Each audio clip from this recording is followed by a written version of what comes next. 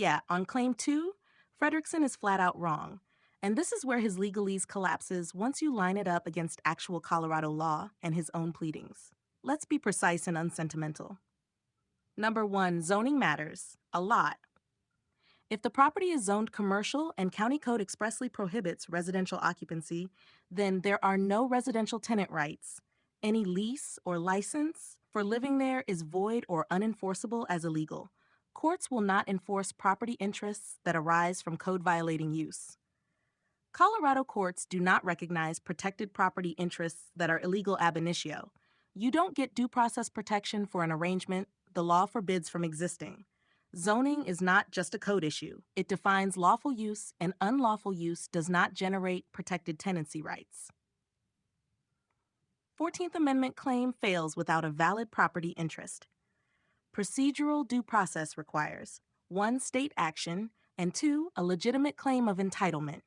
Living illegally in a commercial space gives you neither. No lawful entitlement, no protected expectation of continued occupancy.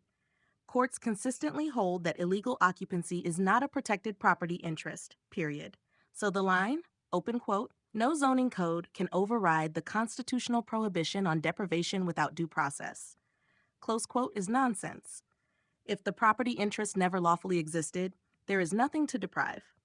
Nashar 3. His own prior lawsuit kills the eviction narrative. In Fredrickson v's Larimer County et al., he affirmatively stated that, open quote, he chose to leave the properties without the need for eviction, close quote. That admission is devastating. You cannot later claim eviction, constructive eviction, forced removal after swearing under penalty of perjury that you left voluntarily. Courts treat that as a judicial admission, credibility destruction, grounds for dismissal under judicial estoppel.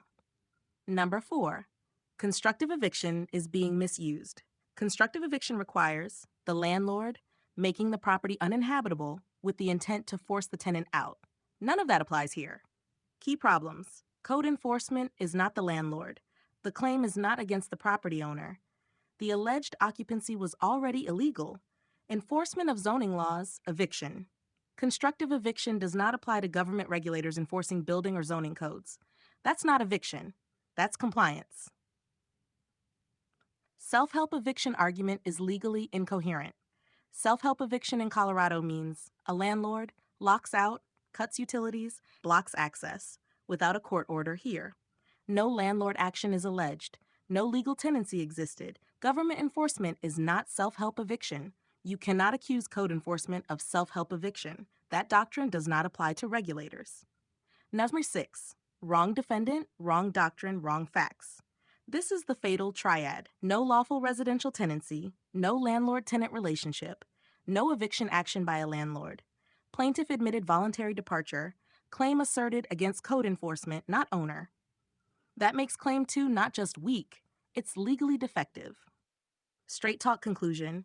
Fredrickson is trying to convert illegal residential use into tenant rights, rebrand zoning enforcement as eviction, bootstrap constitutional claims onto an unlawful occupancy, ignore his own sworn statements. Courts don't buy that. Claim 2 isn't misunderstood law.